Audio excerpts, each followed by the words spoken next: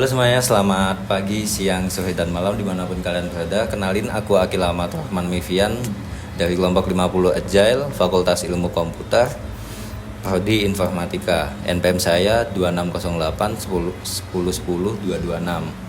Oke, kali ini saya akan mempresentasikan sebuah materi, yaitu navigasi dunia kampus. Nah, ini merupakan rangkuman seluruh materi dari mosaik hari kedua. Oke, langsung saja pada bagian pertama, yaitu memahami kemahasiswaan dan peran Tridharma. Realita dan paradoks mahasiswa masa kini. Paradoks mahasiswa. Ya, selamat datang di dunia kampus. Saat ini kita dihadapkan pada sebuah paradoks. Di satu sisi kita dituntut untuk mengejar keunggulan akademis di dalam kelas, namun di sisi lain kita juga dituntut untuk peka terhadap realitas sosial yang seringkali berbenturan dengan teori yang kita pelajari. Yang kedua, yaitu mahasiswa sebagai agent of change. Oleh karena itu, peran kita bukan sekadar sebagai pelajar yang duduk dan mendengarkan. Mahasiswa sendiri adalah agent of change atau agen perubahan. Kita diharapkan mampu bertindak sebagai penggerak perubahan sosial dan pendorong solusi nyata di tengah-tengah masyarakat. Selanjutnya ada ekspektasi dan refleksi diri. Masyarakat memiliki ekspektasi yang tinggi kepada kita, yaitu mahasiswa. Mereka berharap kita menjadi generasi penerus bangsa yang unggul. Menghadapi harapan tersebut, langkah pertama yang harus kita lakukan adalah merefleksikan diri, menentukan profil dan karakter seperti apa yang ingin kita bentuk selama masa kuliah ini. Pilar pertama dalam Tridharma yaitu pendidikan dan pengajaran. Pilar pertama dari Tridharma adalah pendidikan. Di fase ini, tujuan utama kita adalah mengkalibrasi pikiran di dalam kampus. Bukan tentang menghafal materi, melainkan membongkar cara berpikir lama kita yang mungkin sempit, lalu menciptakan lensa kognitif baru yang lebih kritis dalam melihat dunia. Pilar penelitian dan pengabdian. Penelitian dan pengembangan. Melalui penelitian, kita diajarkan untuk menggugat status quo atau keresahan yang ada. Riset adalah proses mengubah rasa cemas dan penasaran kita menjadi sebuah solusi yang terstruktur, berbasis data, dan dapat dipertanggungjawabkan. Lalu untuk pengabdian masyarakat itu merupakan tahap hilirisasi, yakni kita merancang dampak yang orisinal bagi masyarakat. Disinilah kita mempraktikkan seni membaca dinamika manusia, serta melatih kemampuan diplomasi dan membangun relasi strategis antar warga. Alur ekosistem Tridharma. Ketiga pilar Tridharma tersebut bukanlah hal yang terpisah, melainkan sebuah alur ekosistem yang berkelanjutan bagi seorang mahasiswa, yaitu ada pendidikan, penelitian, lalu diakhiri dengan pengabdian kepada masyarakat. Kita menyerap ilmu melalui pendidikan, lalu kita kaji dengan uji kebenarannya melalui penelitian. Setelah terbukti, ilmu tersebut kita implementasikan melalui pengabdian untuk menyelesaikan masalah yang real atau nyata di dalam masyarakat. Yang selanjutnya adalah kampus sebagai arena bermain kita. Maksudnya apa? Nah, di kampus sendiri kita dapat menguji teori dan realitas, mengeksplorasi tanpa takut, serta menjadi wadah kolaborasi. Yang pertama, yaitu menguji teori dan realitas. Anggaplah kampus sebagai arena bermain atau laboratorium yang aman. Ini adalah tempat di mana kita bisa secara bebas menguji ideologi dan teori yang kita yakini dengan realitas yang ada di lapangan. Yang kedua, eksplorasi tanpa takut. Manfaatkan waktu ini sebagai ruang eksplorasi diri. Di kampus, mahasiswa memiliki privilege untuk mencoba hal baru, berinovasi, dan bahkan melakukan kesalahan tanpa harus takut akan kegagalan. Selanjutnya, sebagai wadah kolaborasi. Kampus adalah titik temu berbagai latar belakang. Ini menjadikannya wadah kolaborasi lintas pemikiran yang sempurna untuk memperkaya sudut pandang dan pengalaman sosialisasi kita. Next, di bagian kedua, yaitu tentang sistem akademik kurikulum dan perjalanan ekosistem kampus, terutama di kampus saya, UPN Veteran Jawa Timur. Ekspektasi dan realita. Ini merupakan peta perjalanan maba yang saya buat, yaitu di tahun pertama kita ini ada peringatan, yaitu awas autopilot. Sangat berbahaya jika kita menjalani kuliah tanpa tujuan yang jelas atau hanya ikut-ikutan.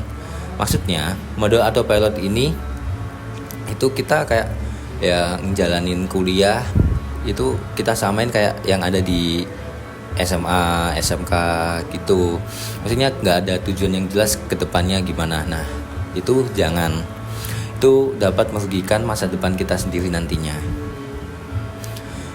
Lalu tahun pertama, yaitu fondasi. Di tahun pertama, fokus utama kita adalah beradaptasi. Target terpenting kita adalah mengamankan nilai IPK awal agar stabil sebagai fondasi semester berikutnya. Lalu di tahun kedua adalah eksplorasi. Setelah IPK kita rasa aman, ini adalah saatnya kita mulai aktif mencoba berbagai kegiatan di luar kelas, berorganisasi, dan mengikuti perlombaan.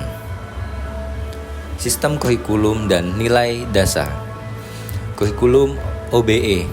Sistem perkuliahan kita menggunakan kurikulum OBE atau Outcome Based Education. Pendekatan ini tidak hanya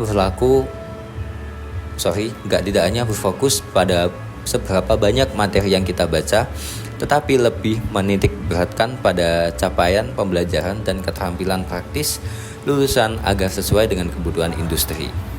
Selanjutnya ada nilai utama mahasiswa. Dalam menjalani kurikulum tersebut, terdapat dua nilai utama yang mutlak yang harus kita pegang. Pertama adalah integritas dan kejujuran, yaitu kesesuaian antara perkataan dan perbuatan. Yang kedua adalah tanggung jawab atas tugas dan pilihan yang kita ambil. Selanjutnya adalah tentang memahami sistem akademik atau SIAMIK. UPN sendiri singkatannya SIAMIK, yaitu sistem akademik yang disediakan oleh Universitas Pembangunan Nasional Veteran Jawa Timur. Yang pertama adalah KRS atau Kartu Rencana Studi. Ini adalah tahapan awal setiap semester di mana kita memilih kelas dan mata kuliah. Kabar baiknya, khusus untuk mahasiswa baru semester 1 dan 2, jadwal dan mata kuliahnya biasanya sudah dipaketkan otomatis oleh pihak kampus. Selanjutnya adalah sistem presensi. Setelah kelas dimulai, presensi menjadi elemen yang sangat krusial. Sistem akademik akan merekap tingkat kehadiran kita dalam perkuliahan. Jika kehadiran di bawah persentase minimal, kita tidak akan diizinkan mengikuti ujian akhir. Selanjutnya adalah KHS atau Kartu Hasil Studi. Di akhir semester, kita akan menerima KHS. Dokumen ini adalah bentuk evaluasi berupa laporan nilai akhir per semester dari seluruh mata kuliah yang telah kita tempuh. Singkatnya, KHS ini sama dengan raport ya teman-teman, dari yang biasa kita terima di sekolah-sekolah kita terdahulu. Nah, untuk target maba di semester 1 ini sendiri ada beberapa. Yang pertama, memahami struktur kurikulum prodi. Nah, ini sangat penting sebagai langkah awal untuk mempelajari studi kita masing-masing agar kita bisa menyusun strategi kapan harus mengambil mata kuliah tertentu untuk lulus tepat waktu. Lalu selanjutnya ada memastikan akun SIAMIK aktif. Nah, urat nadi perkuliahan ada di sistem digital. Nah, pastikan sejak minggu pertama, akun sistem informasi akademik atau SIAMIK kita sudah aktif dan dapat diakses dengan lancar tanpa kendala teknis. Selanjutnya adalah melatih manajemen waktu. Dunia kuliah menuntut kemandirian, lalu mulailah berlatih membagi jadwal dan manajemen waktu yang seimbang antara beban tugas kuliah dengan kegiatan lain atau organisasi kemahasiswaan. Selanjutnya ada aturan akademik dan program magang. Menjaga integritas akademik. Ini adalah peringatan penting. Kampus sangat ketat dalam menjaga integritas akademik. Semua tindakan yang melanggar kejujuran akademik seperti mencontek, menggunakan juri tugas, hingga melakukan plagiarisme tulisan dapat berakibat pada sanksi yang berat. Nah, untuk informasi pentingnya adalah magang itu wajib. Sebagai informasi tambahan yang perlu kita persiapkan sejak dini, yaitu kurikulum mewajibkan mahasiswa untuk melaksanakan program magang. Secara administratif, magang ini biasanya dijadwalkan dan dilaksanakan saat kita memasuki semester 5 atau semester 6. Lanjut ke bagian ketiga tentang kelulusan kegiatan kemahasiswaan dan SKPM. Profil lulusan terbaik dan SKPM. Setiap dari kita tentu ingin menjadi lulusan terbaik. Profil lulusan terbaik dinilai dari 3 indikator utama, yaitu memiliki IPK yang tinggi, lulus tepat waktu, dan yang tak kalah penting adalah poin SKPM yang terpenuhi. Apa itu SKPM? SKPM sendiri itu merupakan singkatan dari Satuan Kredit Poin Mahasiswa dan merupakan poin penghargaan dari kampus atas partisipasi aktif kita dalam berbagai kegiatan non-akademik yang sangat berguna dalam peningkatan soft skill kita. 4 bidang kegiatan kemahasiswaan. Yang pertama ada penalaran dan keilmuan, yang kedua minat dan bakat, kepedulian sosial, dan dilanjut dengan organisasi. Di penalaran dan keilmuan sendiri itu merupakan pengembangan kemampuan akademis di luar kelas, seperti mengikuti lomba, karya tulis ilmiah, berpartisipasi dalam olimpiade maupun riset. Di minat dan bakat itu penyaluran hobi secara profesional. Kita bisa mengembangkan diri di bidang olahraga, seni, budaya, atau organisasi berbasis hobi lainnya. Selanjutnya ada kepedulian sosial, yaitu implementasi langsung pengabdian kepada masyarakat. Misalnya dengan mengadakan bakti sosial atau menjadi relawan di daerah yang membutuhkan. Yang terakhir adalah organisasi. Kita dapat melatih jiwa kepemimpinan kita dengan bergabung di BEM atau HIMA dan organisasi sejenis atau UKM tingkat kampus. Nah, cakupan SKPM dan syarat mutlak KKN. Cakupan poin SKPM dapat didapatkan berdasarkan tingkat perlombaan atau organisasi, mulai dari tingkat prodi, fakultas, universitas, provinsi, nasional hingga internasional. Dan perlu diingat juga, pengumpulan poin SKPM ini bukan sekadar opsional, melainkan syarat mutlak dan wajib untuk dapat mengambil program KKN nantinya. Oke, baik, sekian dan terima kasih. Ini merupakan tugas pengganti dikarenakan saya tidak mengikuti mosaik hari kedua dengan alasan saya sedang sakit ya teman-teman. Baik, terima kasih. Wassalamualaikum warahmatullahi wabarakatuh.